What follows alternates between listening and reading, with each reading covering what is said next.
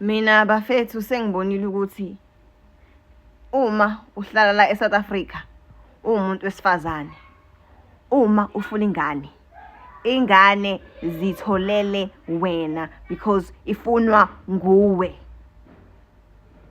because usu-ready financially, emotionally, mentally to be able to handle being a parent. Angeke ukwazi ukudependa kumuntu wesilisa because he can be there for you while you're pregnant, he can be there for you for the first 3 to 5 years, and then umuntu jiki akushintshele ayeke ukuyondla ingane, athole ifamily entsha, ondle izingane zikwifamily entsha ekhohle ezakho. So to all the women in South Africa, have children for yourself.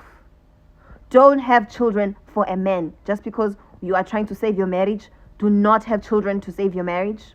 Do not have children for a man to love you more. Ingane isichitho.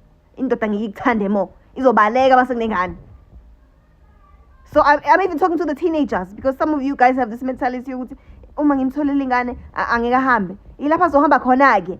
That is a perfect excuse for him to disappear, to ghost you.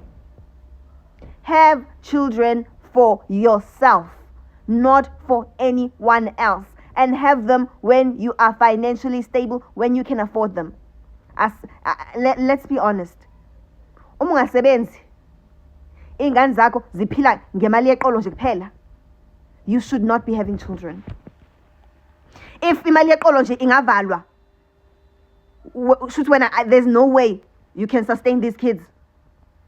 Ingane zakho zolala engadlile. You should not be having children.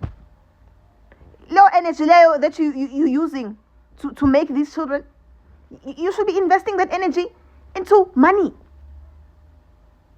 Work on yourself. Yenza imali. Akudingi ukuthi ube isifundiswa ukwenza imali. Guys, anyone can make money.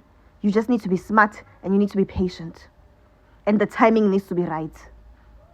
And you need to be persistent in whatever it is that you're doing. Ngishaqala ibhizinisi lokudayisa amagwinya.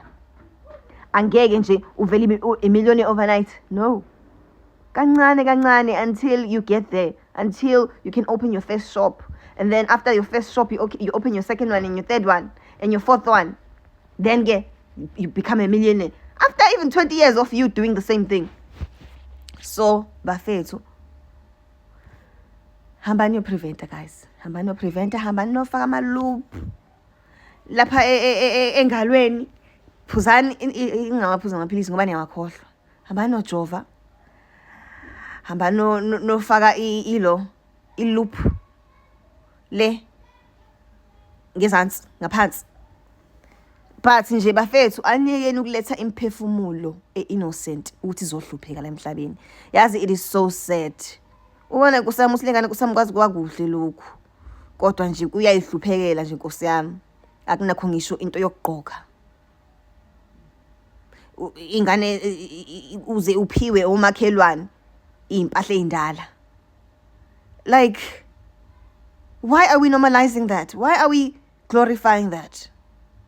Mina nje angeke ngibe nengane ngazi ukuthi angikwazi ukuyithengela impahla, mele ngilinde ingane kasibani ukuthi impahla ziqine khona ingane yami izogqoka. Abafethu ngiyazi ukuthi we are not all meant to be rich. Angeke vele sonke sibe rich emhlabeni.